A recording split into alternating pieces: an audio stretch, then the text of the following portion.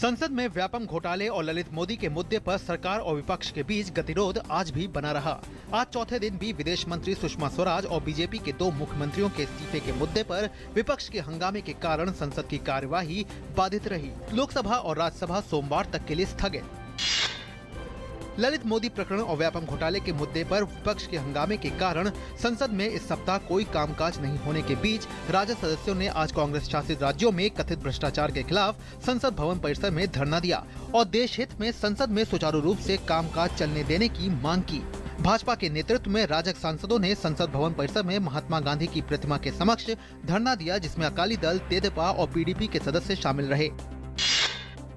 भाजपा ने भ्रष्टाचार के आरोपों को लेकर कांग्रेस पर हमले तेज कर दिए हैं। केंद्रीय मंत्री रविशंकर प्रसाद ने हिमाचल प्रदेश के मुख्यमंत्री वीरभद्र सिंह और उत्तराखंड के मुख्यमंत्री हरीश रावत पर भ्रष्टाचार के आरोपों के बारे में कांग्रेस अध्यक्ष सोनिया गांधी और उपाध्यक्ष राहुल गांधी से जवाब मांगा है। उत्तराखंड सरकार ने स्टिंग ऑपरेशन सीडी के मामले की जांच पुलिस महानिदेशक बीएस सिद्धू से कराने का आदेश दिया है। इस सीडी में आबकारी सचिव मोहम्मद शाहिद को शराब नीति में संशोधन के लिए रिश्वत मांगते दिखाया गया है। दूसरी तरफ बीजेपी ने इस मामले की जांच डीजीपी सिद्धू से करवाए जाने पर आपत्ति जताई है और आरोप लगाया है कि वो राज्य के भ्रष्टतम अधिकारियों में से एक हैं और खुद ही कई प्रकार के घोटालों में लिप्त हैं। सुप्रीम कोर्ट द्वारा बनाई गई एसआईटी ने शेयर मार्केट और क्रिकेट में भारी मात्रा में काले धन के उपयोग की आशंका जताते हुए इसे रोकने के उपाय सुझाए हैं। शुक्रवार को सौंपी अपनी रिपोर्ट में एसआईटी ने पी नोट्स के जरिए निवेश की प्रभावी निगरानी के लिए मजबूत कानून बनाने की जरूरत जताई।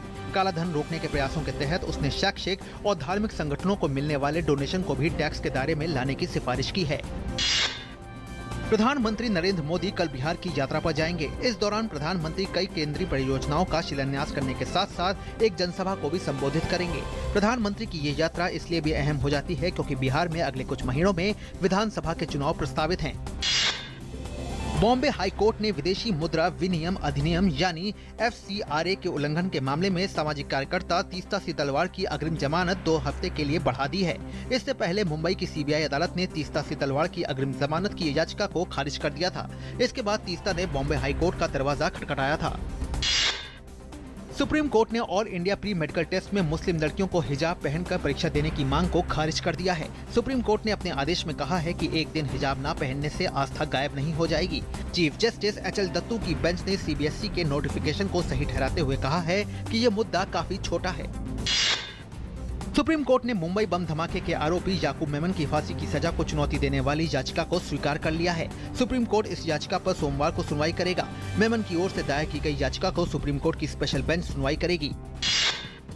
उच्चतम न्यायालय ने राज्यों को सभी जेलों में CCTV कैमरे लगाने का दिया निर्देश। पुलिस स्टेशनों और लॉकअप में भी CCTV कैमरे लगाने के लिए विचार करने का दिया आदेश। कहा, प्रत्येक राज्य में मानवाधिकार आयोग का होना है जरूरी। प्रत्येक पुलिस स्टेशन में 2 महिला कांस्टेबलों की तैनाती होगी जरूरी। राष्ट्रपति प्रणब मुखर्जी ने नॉर्थ एवेन्यू में नवाचार चिकित्सालय भवन का उद्घाटन किया। अपने कार्यकाल के 3 वर्ष पूरे होने के अवसर पर प्रणब मुखर्जी ने राष्ट्रपति भवन में ऐतिहासिक घंटाघर का भी नवाचार के बाद उद्घाटन किया। प्रणब मुखर्जी की पहल पर राष्ट्रपति भवन परिसर में अनेक भवनों का विनिर्माण किया गया है। विशेषज्ञों की सलाह पर भवन के मौलिक स्वरूप को बरकरार रखते हुए उनके नवीनीकरण के लिए कई कदम उठाए गए हैं।